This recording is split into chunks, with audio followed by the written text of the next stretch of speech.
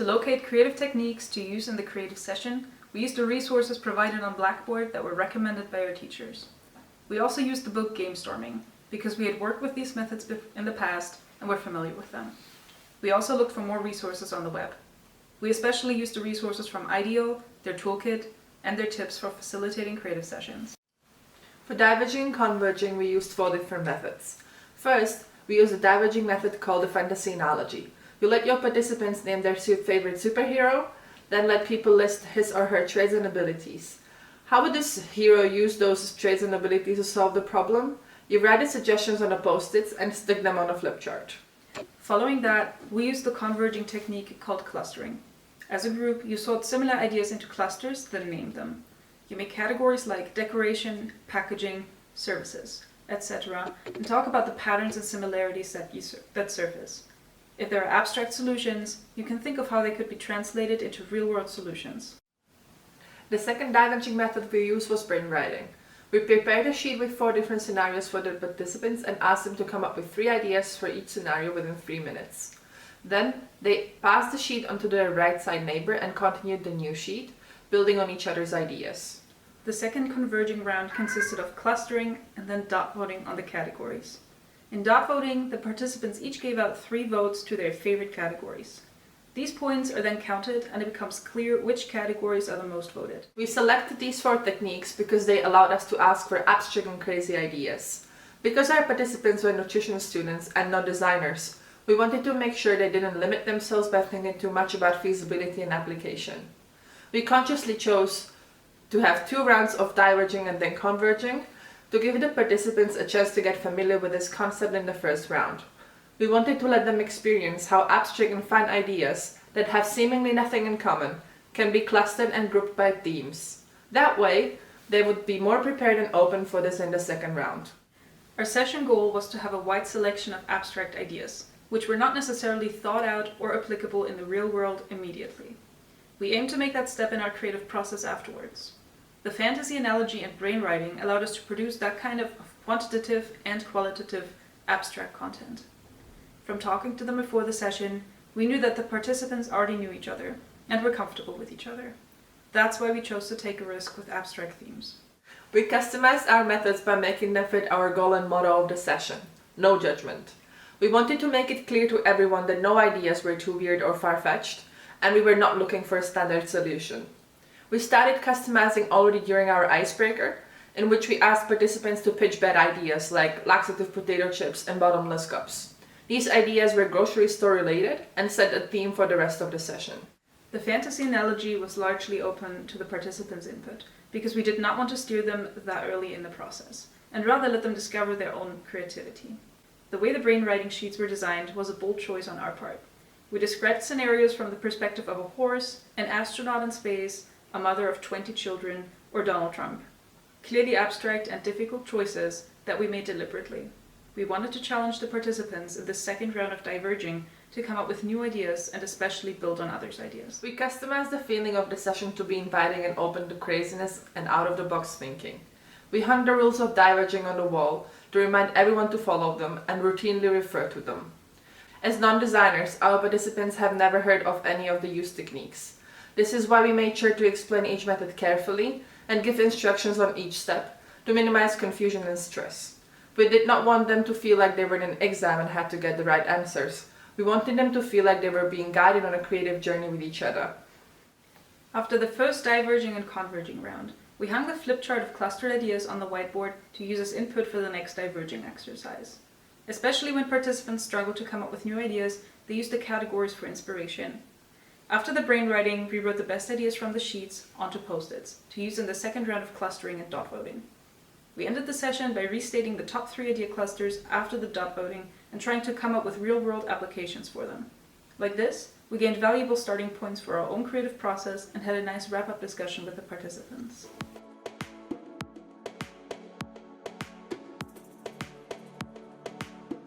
During the creative session, we had healthy and sweet snacks for our participants. We also offered them tea and coffee to create a homey atmosphere. Who wants to buy a 10-kilogram bag of Hausgaben? I'll go for it. To start off right, we got them each a coffee cup to decorate with glass markers. These served as name tags and set the tone for a session about food waste and sustainability. Before we start, we would like to talk about 4 kind of rules for the session. They're not really strict rules. So rule number 1 is build on other ideas. So don't be afraid to kind of use the idea that the other person in front of you said and say, what if we add this, or what if we make it even this? Just don't be afraid to kind of cooperate and come up with other ideas, but inspired by others. Okay, swap the plates. During the exercises, we set timers on our phones to keep track of the time. We did not set a timer openly, so we would not put pressure on the participants.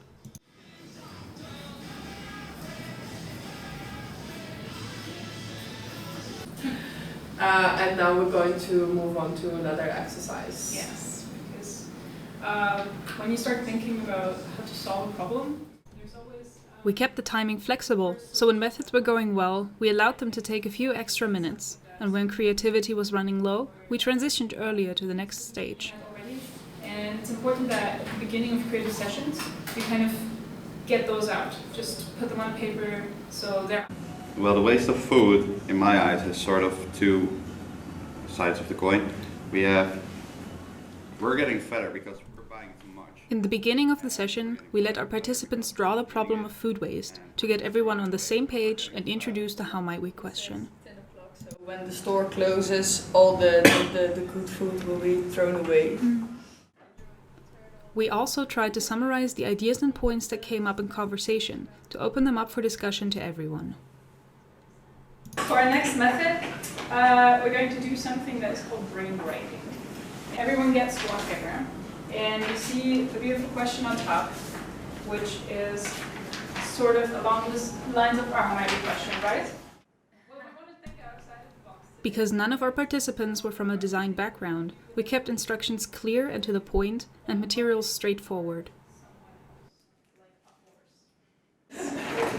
You see these columns, and I want you to write down 1 to 3 ideas in each column. So in one of these fields for each of these personas. Yeah. We can take some of the ideas that we came up in the beginning with, right? So, daily recipes, no extra purchases. What does that look like when I'm a horse?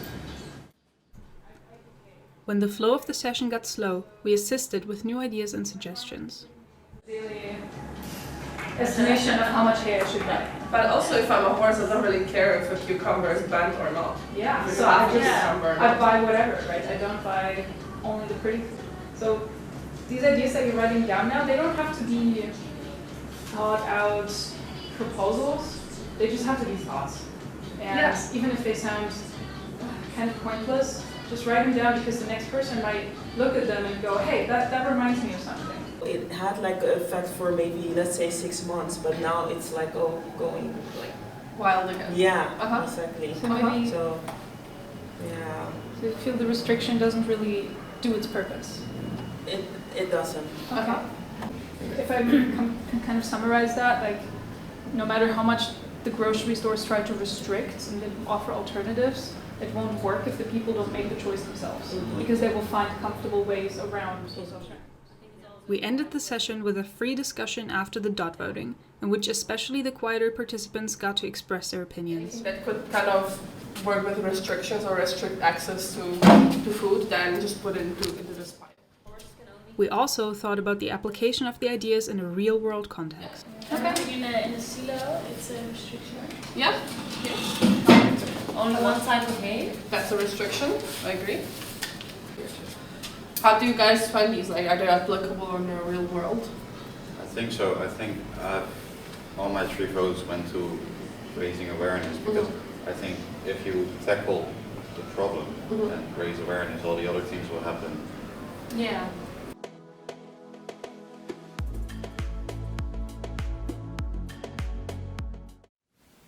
For our own creative process after the session, we used the internet to look for methods.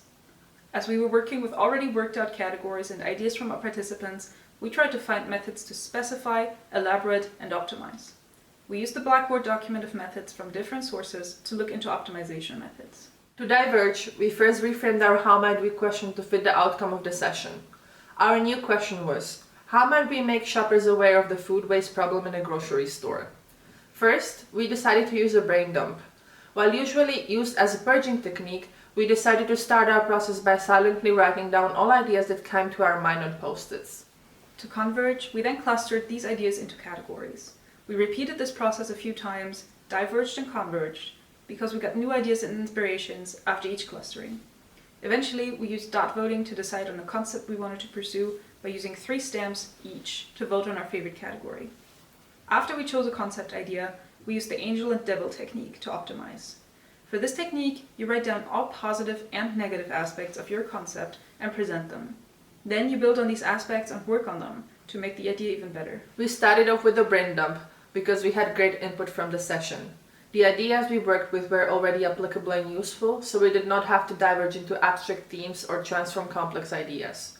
The brain dump helped us start off with concrete ideas for the new how might be question. The clustering and dot voting helped us eliminate the many ideas from the pool that we did not find interesting or useful enough to pursue further, and choose a concrete direction to optimize and elaborate on. The angel and devil technique helped us work out our concept further. After we chose the concept idea, we wanted to think about it deeper and consider possible positive and negative aspects of it to work on them before presenting the concept. As designers, we were very interested in creating a concept that we could imagine working in the real world, and that would be meaningful and useful. Thinking about the concept deliberately from a completely positive or completely negative side helped us immerse ourselves into the challenge. To ensure a good flow in the ideation phase, we chose the methods as we went along. This way, they fit our process instead of making the process fit our methods.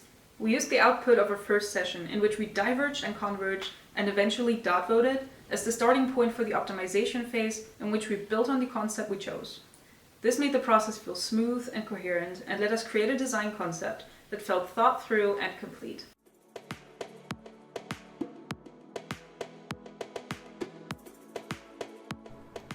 We started off the process by looking at the results from our creative session. After the dot voting and the final discussion, the clear consensus was that we needed to raise awareness among customers. Make shoppers awareness. aware. Yeah. Make shoppers aware of the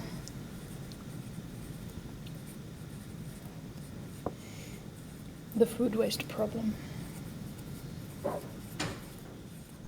We took inspiration from the ideas that the participants had and built on them to come up with something new and improved. 30 minutes?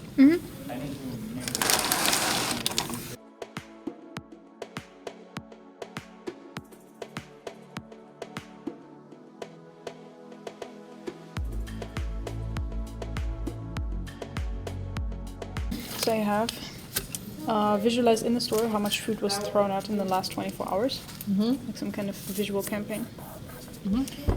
Show the amount of resources it took to create a food item, like to grow this bag of vegetables. It took, I don't know, 7 months and that many liters of water and this much CO2 or something. Extra information available through a QR code. AR animation after you scan a product. To show kind of the story of how it got into the supermarket, basically. Okay. Let's cluster. To produce. Actually, introduce a session with not nice values is kind of the same, I guess, in a way. I would actually cluster that with the discounts for, Okay. because it's kind of encouraging people to, rather This is buy kind the of again like food portions or packaging sizes. Oh.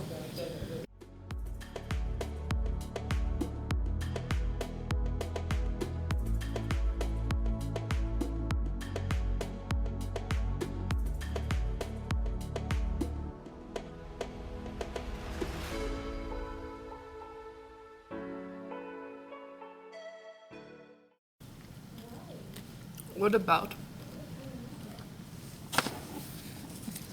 a smart shopping cart that would predict how long the food inside the shopping cart would last you, or what you could cook with it? that basically also like looks up recipes. You can say, okay, I'm cooking for this many people. Monday I cook for 2, Wednesday I cook for 3 or something. And it looks for recipes and tells you, okay, with the stuff that you bought right now, you can feed a family for a week. You don't need to buy any more. And asks you, do you really need the chocolate that you threw in because the recipe only asks for 2? Yeah. Or if you kind of got extra stuff, it will ask you if you really need it. I like that.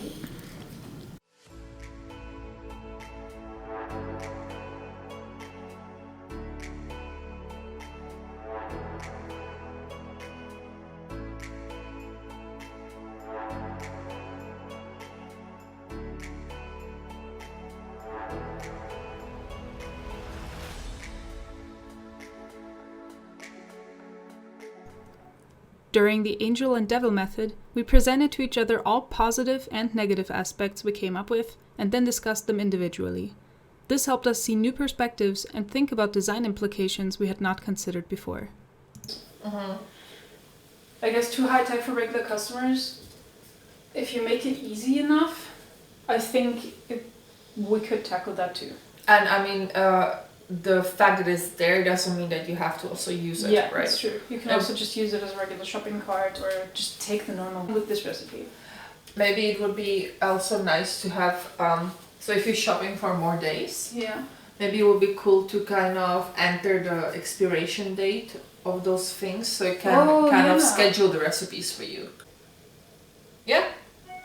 Cool, I love those. Nice. I think we're good.